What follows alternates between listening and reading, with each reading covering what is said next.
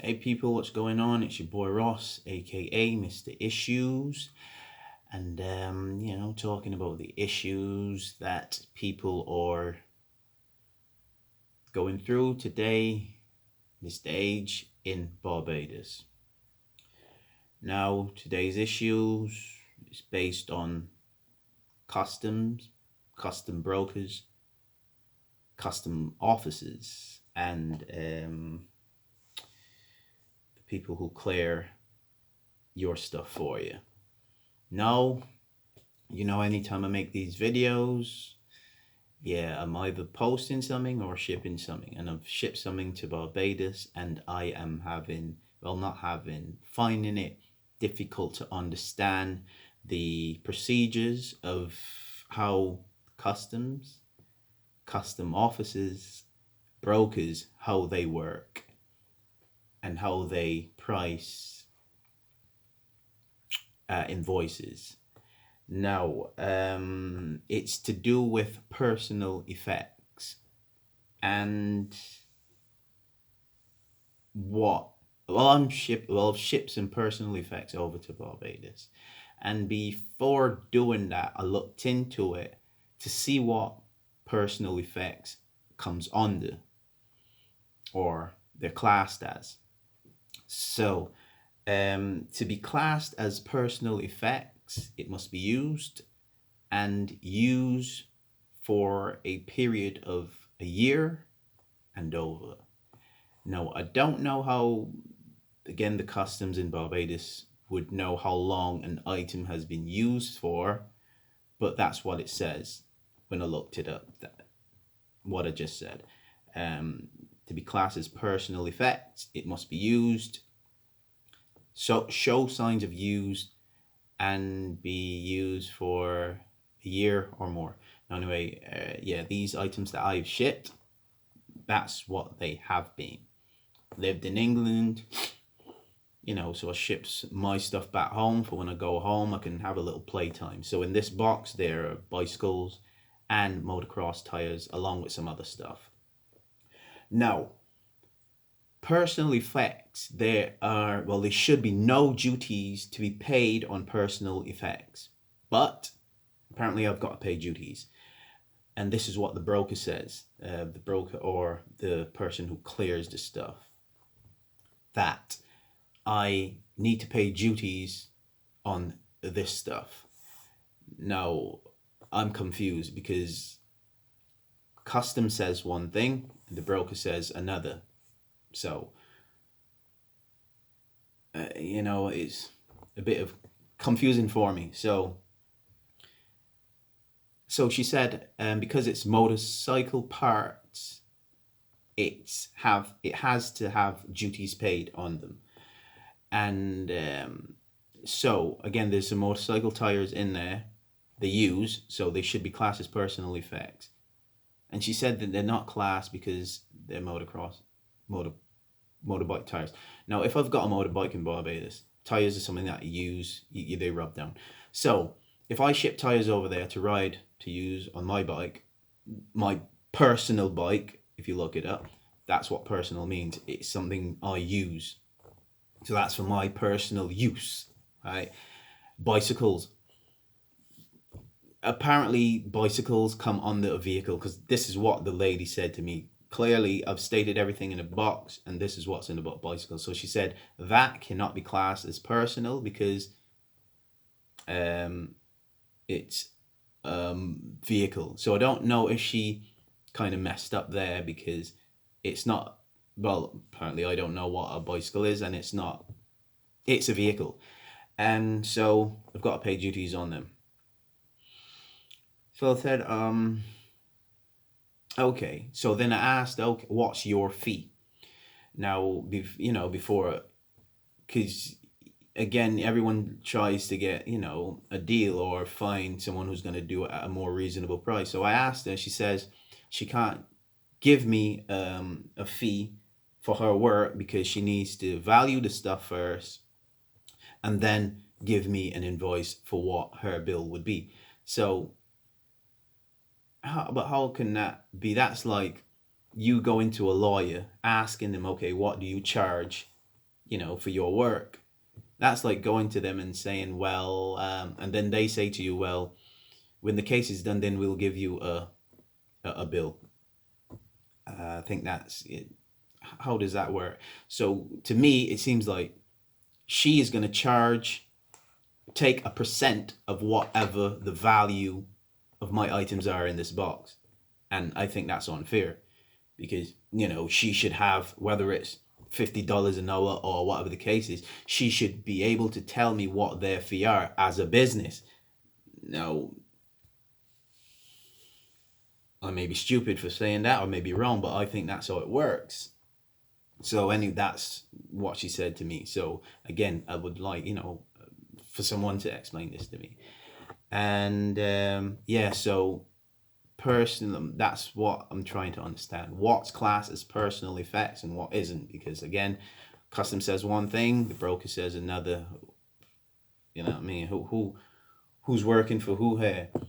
And what else was I saying? Yeah, but it's something that needs to be dealt with. So if you are, if you've been down this road before, or if you think, wait a minute, this guy is, that's something that happened to me before. I mean, more people need to, talk about this stuff because it's something that needs to be done because it's unfair. It is very unfair. And another thing is not being allowed to go into customs to collect your items. So say someone ships something to you, you're not allowed to go into the port anymore to bring, to collect your stuff. What happens now is a trucker, apparently, because again, this is what I read up on, this is what it says. You've got to have a trucker to bring your stuff to you now. So why is that? If someone's sending something to me, I should be able to go to the port when they should open it in front of me, or a consignee, whoever you sign to this thing, and you stand there, and if the customs officer is going to search it, they search it, and you go on your way. Not you, you're not allowed to go to collect your stuff anymore. That rings bells to me. And if you can remember, there was a couple of years back when there was a big debate on cameras being placed in the port. If you can remember, people, this is what I heard, that people walked out because there were cameras. People went on strike or something because people wanted to put cameras in the port. So that, again, that should ring bells to people. Come on, like, why should you, if you're not doing any criminal activities in your work establishment, you shouldn't have to worry about cameras being placed to watch you. Now, they're not being placed in the toilets or the bathrooms, fair enough. But if that's what, the owner of the business wanted to do, place cameras in an establishment, does that not ring bells that, well, they weren't there before? So that should ring bells because people were complaining that stuff is going missing. Maybe, stuff's been damaged and people just wanted answers. So when you've got cameras, that, helps the job, in the investigation goes smoother, or people wouldn't do what they're doing because they're being watched. But again, this is something that needs to be looked into because it's unfair. It's unfair to people, who have spent their hard-earned money to buy stuff, to ship it to some place, for people to steal shit, damage it, and overvalue stuff. Because that's another thing, because I realized that in Barbados, people overvalue stuff to the limit. And that's another issue. And I don't know, it's something that needs to be looked into. Someone higher needs to step in. And basically, it's going to be from another country, a country that's more developed. Because I'm going to be honest, Barbados is not developed in the way that it should be in this day and age. And me saying that, that's only for the deep thinker or the smart people who knows what I'm talking about. because I'm going to be talking about value in cars. The value of some of these cars that I've seen they sell in Barbados. It's ridiculous. And I'm going to make an example right here. How can, Barbados, these value any vehicles when they don't make shit? You understand what I mean? They don't make anything. Everything is imported into Barbados, but yet you value these things, and that's not the real value. Because, for example, I was over there, and I seen someone selling an Audi TT 2002 or 2003, and this car, the people wanted 30 grand for it, 30,000 Barbados. An Audi TT in England, right? It's valued 2002 maybe, um, £200 to £500. If you took it to, a place like We Buy Any Car. And the reason to say this is because, picture this: England was in Europe. Germany is in Europe. German is the maker of Audi, right? So England is closer to Germany than Barbados. And if they value this car at £500, and they can get the parts, they can make the parts. Barbados don't make anything. How can then Barbados value these vehicles at a stupid, ridiculous price? And another thing is used cars. You can't bring in a used car that's, it's got to be from 2019 and up. It can't be under, because then you're not allowed to bring it in. That's another thing that mind boggles me. You can bring it in, but it's got to be a shell and stuff like that. So you can bring it in, but you can't bring it in whole. Sorry, that's what I should say. These are things that, I don't know. You need to be more reasonable over there and stop, living or making it seem like tourism is the only business that people can do over there in Barbados. Because you are only putting people down that, don't want to work in a hotel, don't want to clean up after tourists. If you know what I mean, you need to get out of that slavery mentality, because that's what it was like. They want most of the people in Barbados to, stay and go to hospitality college to learn how to pick up after people and shit like that. Something that needs to be looked into. You need to uplift and start making it seem like tourism is the only thing that, is profitable over there. But that's just my opinion. Anyway, comments welcome.